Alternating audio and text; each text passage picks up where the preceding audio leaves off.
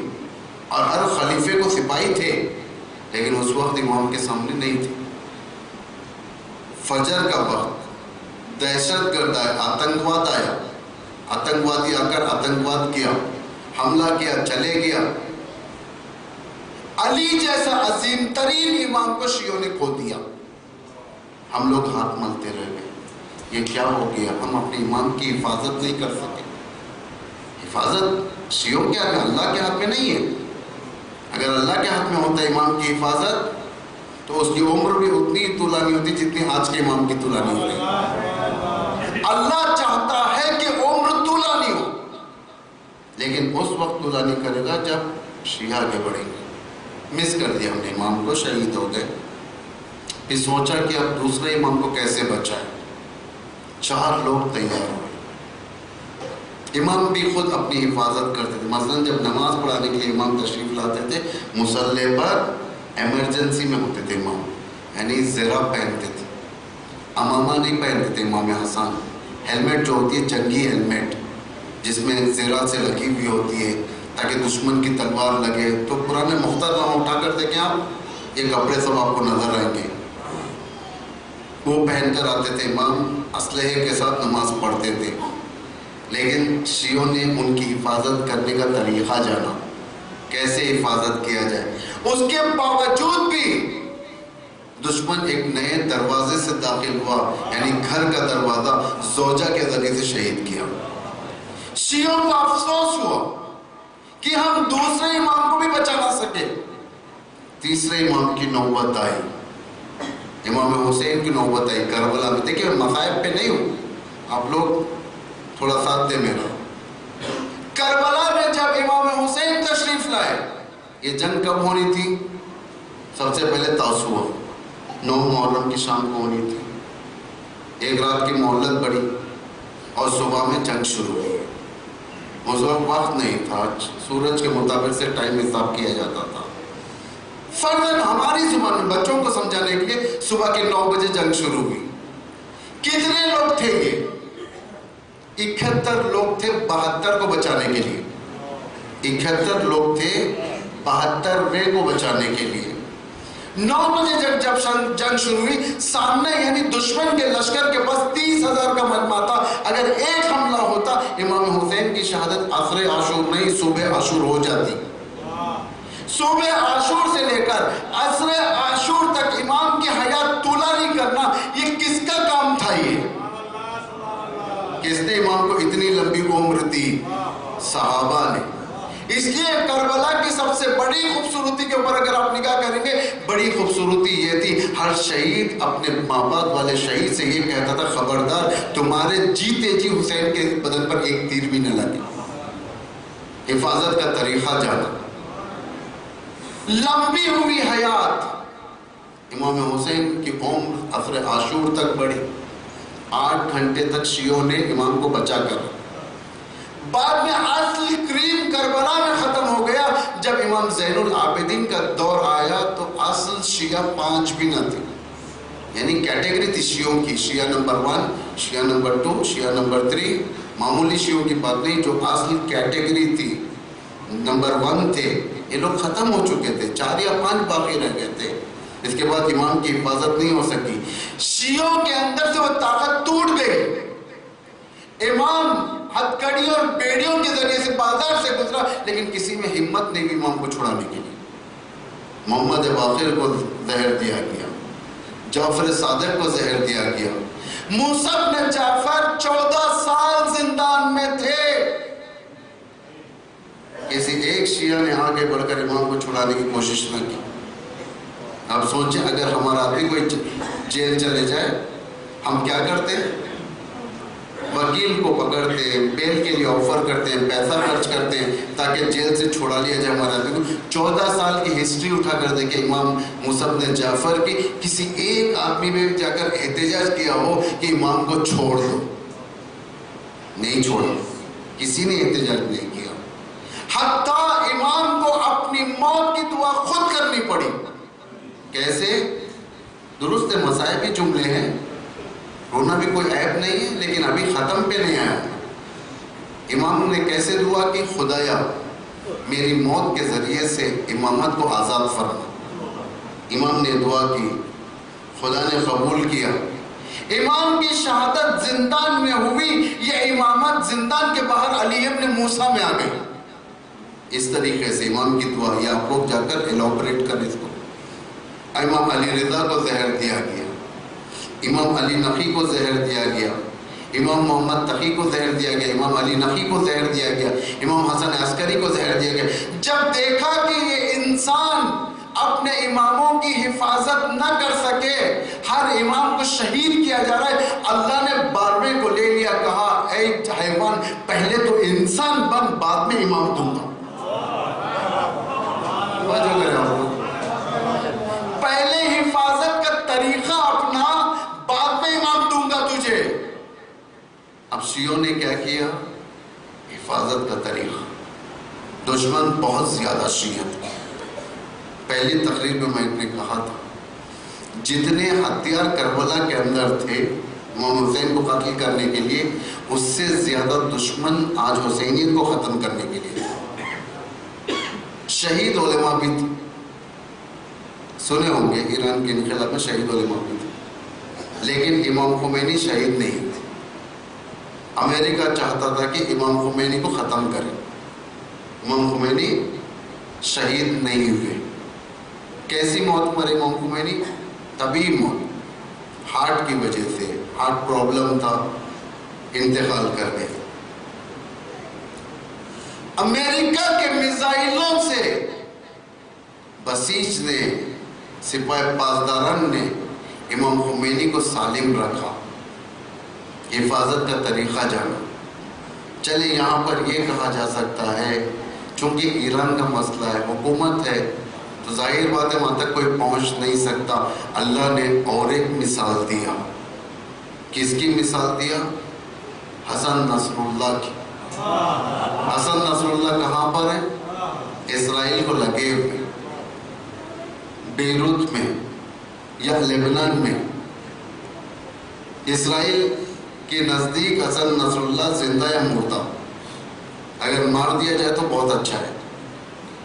اسرائیل چاہتا ہے کہ ان کو ختم کر دے۔ اسرائیل اور امریکہ کون؟ دنیا کے اوپر سب سے زیادہ خدائی جھاڑنے والے، کہتے ہیں کہ یہ لوگ ہمارے پاس وہ چیزیں ہیں، زمین کے اندر کیا ہے ہم اندازہ لگا سکتے ہیں، ہے نا؟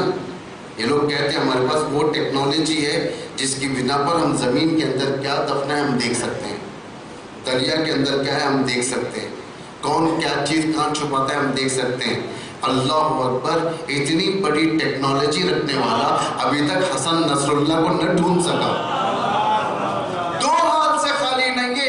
یا تو شیعت کی سیکیورٹی اتنی مضبوط ہو چکی ہے کہ دشمن کے ہاتھ ان کے لیڈرز تک نہیں پہنچ سکتے، یا خدا کی قدرت ان کے اوپر اتنی ہے کہ دشمن کی آنکھ وہاں تک دیکھ نہیں سکتی. صلوات بھیجے محمد والے محمد پر.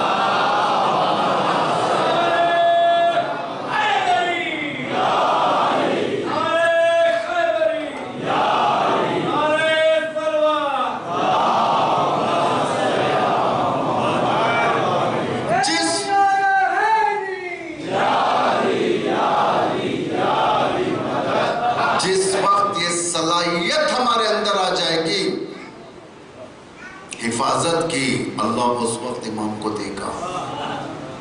اب جب کہ صلاحیت آ چکی ہے، میں دعوے نہیں کرتا ظہور ہے بول کر، ظہور کبھی بھی ہو سکتا ہے. ظہور کو نزدیک کرنا، دور کرنا، یہ اللہ کے ہاتھ میں نہیں ہے، یہ ہمارے ہاتھ میں. ہم اپنے اعمال کی وجہ سے ظہور کو دور کرتے ہیں، ہم اپنے اعمال کی وجہ سے ظہور کو نزدیک کرتے ہیں، ورنہ اللہ چاہتا ہے ظہور کو نزدیک کرے. کیونکہ بشریت جب مشکل میں آتی ہے تو منجی بشریت کی ضرورت پڑ جاتی ہے. منجی بشریت اگر نہ آئے، اس کا مطلب ابھی ہمارے اندر خامی ہے، مضطر نہیں ہوئے. ابھی ہم پڑھتے نا آیت اَمَّن یُجِیبُ الْمُضْطَرَّ اِذَا دَعَاهُ وَیَشْفِی، مضطر ابھی نہیں ہوئے. ہم نماز میں اَمَّن یُجِیبُ الْمُضْطَرَّ پڑھتے ہیں، باہر جا کر افراتفری میں رہتے ہیں، خوش رہتے ہیں، عیاشیوں میں رہتے ہیں، کھانے پینے میں رہتے ہیں، حالات سے پرواہ نہیں کرتے. نہیں کرتے، اس کا مطلب مضطر نہیں ہے. مضطر کسے کہتے ہیں؟ سیرین سے جا کر پوچھو. مضطر کسے کہتے ہیں؟ فلسطینیوں سے پوچھو. مضطر کسے کہتے ہیں؟ یمنیوں سے پوچھو. مضطر کسے کہتے ہیں؟ ان مظلوموں سے پوچھو جن کے اوپر ظلم کیا جا رہا ہے اور لہجہ پر لہجہ ان لوگوں کے دل تڑپ رہے. کوئی منجی ہمیں آ کر بچائے. اس میں شیعہ سنی کی بات نہیں ہے. امام زمانہ کی حکومت کوئی شیعہ حکومت نہیں ہے. آپ اٹھا کر بتا دیں کوئی بھی روایت میں امام آ کر شیعہ حکومت قائم کریں گے؟ ہے روایت میں؟ نہیں ہے، نہیں مل سکتا. کیوں نہیں مل سکتا؟ امام شیعہ کی حکومت قائم کرنے نہیں آئے گا، امام عدالت کی حکومت قائم کرنے آئے گا. کیونکہ آج کی حکومتوں نے بتا دیا، ہندوؤں کی ایک سنگٹھن ہوتی ہے جو ہندو مذہب کو ریپرزینٹ کرتی ہے، لیکن مسلمان اس سے محبت نہیں کرتے. کہتے ہیں کہ یہ ہندوؤں کی سنگٹھن نہیں ہے، یہ ان کا ہے، یہ ہمارے دشمن ہے. مسلمانوں کا ایک گروہ ہوتا ہے جو مسلمانوں کی طرف سے حکومت کرتا ہے، ہندو اس کو پسند نہیں کرتے، کہتے ہیں کہ یہ مسلمانوں کے. کرسچنز کا جب آتا ہے تو کہتے ہیں ہندو اور مسلمان یہ کرسچنز کا ہے، ہمیں نہیں چاہیے. کرسچنز کہتے ہیں مسلمانوں کا ہے، وہ ہندوؤں کا ہمیں نہیں چاہیے. یعنی لوگ مذہب کی بنا پر بٹے ہوئے. اگر امام زمان مذہب کے نام سے اگر حکومت کریں گے، ہندو امام زمانہ کے پاس نہیں آئے گا، کرسچن امام زمانہ کے پاس نہیں آئے گا، بدھسٹ امام زمانہ کے پاس نہیں آئے گا، سنی امام زمانہ کے پاس نہیں آئے گا. اس لیے پہلے سے ہی یہ الہی نظام ہے جس میں اللہ نے مذہب کے بنیاد پر امام کی حکومت نہیں رکھا، عدالت کی بنیاد پر. جسٹس ایک ایسی بنیاد ہے عدالت کی جہاں پر ہر کوئی اس پلیٹ فارم پر آ سکتا ہے. ہندو بھی اس کا بھی حق مارا جاتا ہے، وہ جسٹس کے لیے آئے گا. کرسچن بھی آئے گا، یہود بھی آئے گا، بدھسٹ بھی آئے گا، ہر دنیا کا ہر مذہب والا آئے گا. اسی لیے تو امام کے بارے میں کہا گیا جب مسند قضا پر امام تشریف فرما ہوں گے تو قرآن والوں کو قرآن سے، انجیل والوں کو انجیل سے، زبور والوں کو زبور سے، توریت والوں کو توریت سے. جب یہ لوگ عدالت کے اس اجتماع میں داخل ہو جائیں گے تو قرآن اس وقت خدیجہ کیا پڑھ رہا ہے؟ یدخلون فی دین اللہ افواجا. اس وقت لوگ اللہ کے دین میں فوج در فوج آئیں گے. اگر امام پہلے مذہب اعلان کر دیں گے، بھائی میں حکومت چلاؤں گا، شیعوں کے حکومت چلاؤں گا، جسے آنا ہے آئے، جسے نہ آنا ہے نہ آئے، ختم ہو گیا. امام میں نفس صحیح ہے. اللہ نے پہلے اس کے بارے میں کر دیا، امام حکومت چلائے گا دین کے نام پر نہیں، عدالت کے نام پر. اسی لیے کہا گیا خود عادل نہ بنو بلکہ اپنے بچوں کو عدالت کی عادت ڈالو. عدالت آخری زمان میں فرہنگ بن جائے گا. کیسے فرہنگ بن جائے گا؟ عدالت گھروں کے اندر اسی طریقے سے آئے گی جس طریقے سے سردیوں میں سردی آ جاتی ہے، گرمیوں میں گرمی آ جاتی ہے. عدالت کلچر بن جائے گی. امام کے ظہور سے پہلے لوگ عدالت کی طرف آئیں گے. اس کی عدالت کے بارے میں بتاؤں گا کل امامت، اور پرسوں عدالت کے بارے میں بتاؤں گا. فعلاً اتنا کافی ہے، یعنی امام کی حفاظت سب سے بڑی شے ہے. جب انسان عادت کر چکا ہے بچانے کی، اللہ ان کے حوالے کرے گا کہ اب تم امام کی حفاظت کرو. آج کیا ہے مکے کے اندر آپ دیکھیں، دجال کے بارے میں جب بیان کروں گا اسی 2 دن کے اندر، تو اس وقت میں مکے کے بارے میں بھی بیان کروں گا. اگر کہیں سے چھوٹ جائے تو نیچے سے یاد دلا دیں مجھے کہ یہ آپ کو بیان کرنا ہے دجال کے بارے میں، مکے کا جو لمبا ٹاور ہے اس کے بارے میں. امام کو روکنے کے لیے مکے کے اندر ایسی ٹیکنالوجی کو لگائی گئی ہے آج کہ آپ کے ہوش اڑ جائیں گے. امام کو روکنے کے لیے کیوں بھائی روکنے کے لیے ٹیکنالوجی اور ایچ ڈی کیمراز لگائے گئے؟ یعنی اس سے ایک نتیجہ یہ نکالے، آپ سے پہلے دشمن کو معلوم ہو چکا ہے کہ ظہور ہونے والا ہے. کیونکہ علامتیں ہیں، علامتیں بعض حتمی ہیں بعض غیر حتمی ہیں. 1200 علامتیں، جس میں سے 1195 علامتیں ظاہر ہو چکی ہیں، صرف 5 علامتیں باقی ہیں. ایک خیام خراسانی، یمانی، سفیانی، دجال، خود ظہور. باقی ساری علامتیں آ چکی ہیں، اور یہ کبھی بھی کسی بھی وقت پر ہو سکتا ہے. یمن پہ دشمن نے حملہ اسی لیے کیا تاکہ یمانی کا ظہور کا، یمانی کا آنے کا راستہ بند ہو جائے. ایسے نہیں حملہ کرتا. عرب ہمیشہ تعصب پرست ہوتے ہیں، عرب پر حملہ نہیں کرتے. یہ کیوں حملہ کیا؟ یعنی عربوں میں سب سے امیر ترین عربوں کے سب سے غریب ترین عرب پر حملہ کیا، اس لیے کہ جو بھی خدائی نمائندہ آتا ہے انہی غریبوں میں سے آتا ہے. موسیٰ کس میں سے آئے؟ فرعونیوں میں سے نہیں آئے. موسیٰ بنی اسرائیل میں سے آئے، غریب تھے. امام بھی انہی کی نجات کے لیے انہی میں سے آتا ہے تاکہ بشریت کو نجات دے سکے. اس کے حالات پہلے بھی گزر چکے. امام حسین کوفہ جا رہے تھے حکومت کے لیے. کیسی حکومت کے لیے؟ خدائی حکومت، بشریت کو نجات دینے کے لیے. جہالت اور غفلت اتنی زیادہ نفوذ کر گئی تھی کوفے والوں کے اندر. یہ لوگ ظاہراً یزید کے دشمن تھے، لیکن ان کے وجود میں یزیدیت آ چکی تھی، یزید کا فرہنگ آ چکا تھا. تو کس طریقے سے انہیں روکا جائے؟ امام کو جانا تھا. امام گئے. امام کو معلوم تھا اس مشن کو پورا کرنے کے لیے کیسی قربانی دینی پڑے گی. امام کو معلوم تھا. سفیر کو بھیجا. سفیر گیا وہاں تک راستہ بنانے کے لیے، ان کے ذہنوں کو بدلنے کے لیے، تاکہ ہر ذہن امام کو استقبال نہیں کر سکتا. پہلے گئے، راستہ بنائے، بتایا امام آنے والا ہے. اتنے بصیرت والے یہ لوگ نہیں تھے. جب ابن زیاد بنی ہاشم کے کپڑے پہن کر کوفے میں آیا تو یہ لوگ حسین ابن علی سمجھ کر استقبال کے لیے چلے گئے. لیکن ابن زیاد نکلا، اس نے آئیڈینٹیفائی کیا، اذیت کرنا شروع کیا. اس اذیتوں کے اندر، ان مشکلات کے اندر سب سے بڑی چیز یہ تھی جو اس وقت کا امام زمان جب آ رہا تھا اس کی نصرت تک کون پہنچے گا. جب صفحے کربلا کھولا تو دیکھا کہ اس کی نصرت میں ہر عمر کا شخص موجود ہے. ہر عمر کا شخص، کوئی خاص عمر امام کی نصرت کے لیے نہیں، ہر عمر. اس میں سے ایک 6 مہینے کا بچہ بھی ہے. بس 2-3 مسائل اس ننھے بچے کے متعلق.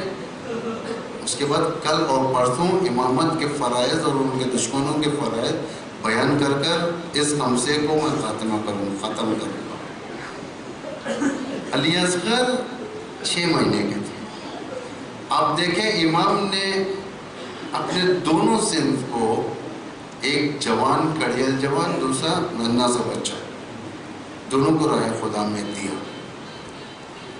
راوی کہتا ہے کہ جب مختار بدلہ لے رہے تھے تو راوی نے بڑھ کر کہا مختار کربلا کے بارے میں ایک چیز بتانا چاہتا ہوں. مختار نے کہا کہ بتاؤ کیا چیز بتانا چاہتا ہوں. میں نے حسین ابن علی کو 2 جگہ پر منقلب ہوتے دیکھا.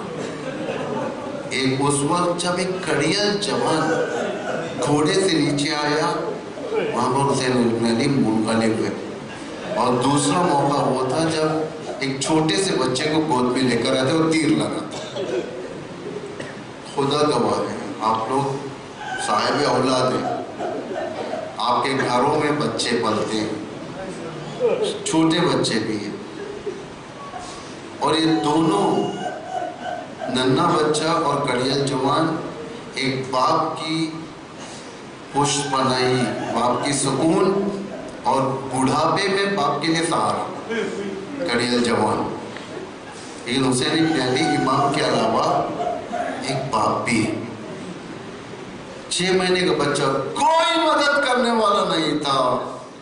اب عبداللہ خیمے میں آئے، اپنی بہن کو بلایا، بلا کر کہا کہ میرے علی اصغر کو میرے حوالے کر، ذرا لے کر بازو کے خیمے میں آؤ، میرے خیمے میں. امام بلاتے ہیں، حضرت زینب علی اصغر کو گود میں لیتی ہیں اور بازو کے خیمے میں آتی ہیں. پردہ گراتے امام، اپنے بچے کو لیتے ہیں، سینے سے لگاتے ہیں. اب ایک باپ اپنے اس چھوٹے بچے کو کبھی پیشانی پر چومتا ہے، کبھی کلوں پر چومتا ہے، کبھی سینے سے لگاتا ہے اور گریہ کرتا ہے. ٹھیک ہے، عاطفیت کس طریقے سے امام کی. امام فرماتے ہیں کہ زینب اس بچے کو میں لے کر جاتا ہوں، شاید دشمن پانی پلا دے.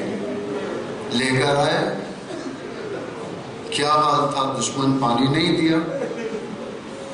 اختہ لسان الحسین، خرملا سے کہا حسین کی زبان کو خطا کر دے. کیوں زبان کہا؟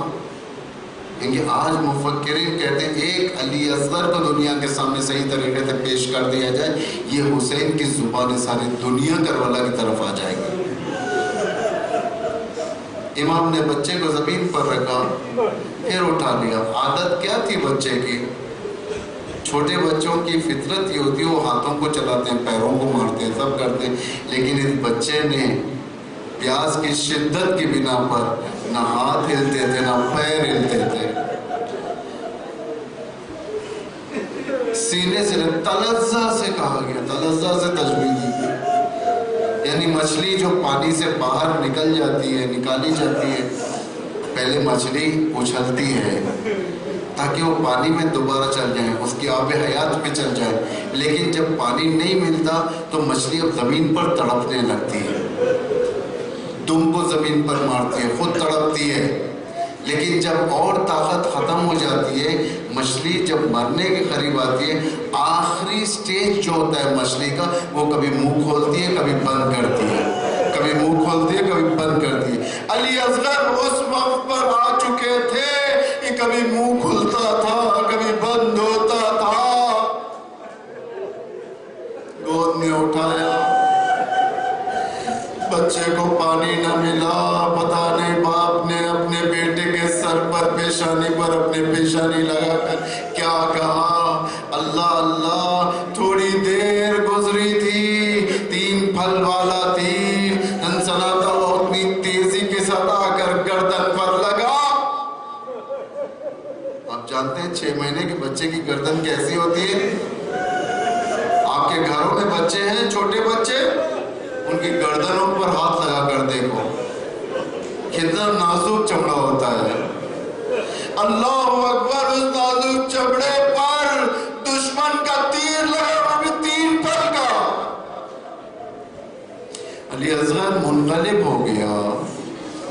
راوی کہتا ہے یہ تیر کی تیزی اتنی زیادہ تھی، اگر بچہ اپنے باپ کے ہاتھوں پر نہ ہوتا تو علی اصغر کا جنازہ وہاں تک جاتا جہاں کر جاتا، جہاں تک تیر لے کر جاتا، ہاں بیٹے کو لیا بارگاہ الہی میں، راز و نیاز کیا، خدا سے کہا خدایا یہ مصیبت میرے لیے اس لیے آسان ہے، تو دیکھ رہا ہے، لے کر چلا۔ امام جب تک چلنے لگا یاد آیا کہ کیسے اس بچے کو خیمے میں لے جاؤں، کبھی پیچھے ہٹے، کبھی آگے بڑھے، کبھی پیچھے ہٹے، انا للہ و انا الیہ راجعون کہتے تھے، اور کہتے تھے ردن بقضاء و تسلیما لامرہ۔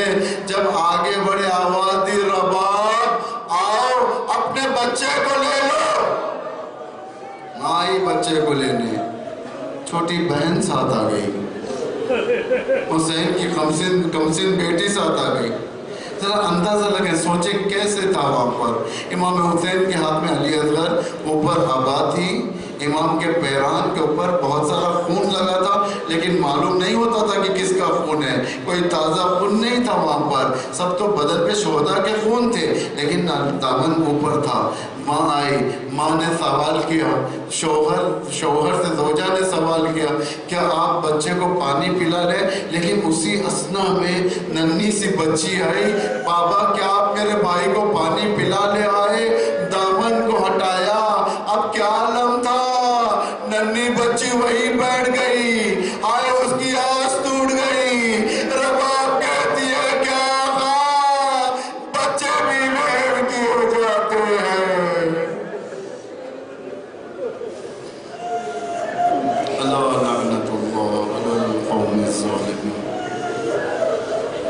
خدا اسلام و مسلمین کی حمایت و نصرت فرما، جہاں جہاں پر بھی مومنین ان کی جان مال عزت آبرو کی حفاظت فرما۔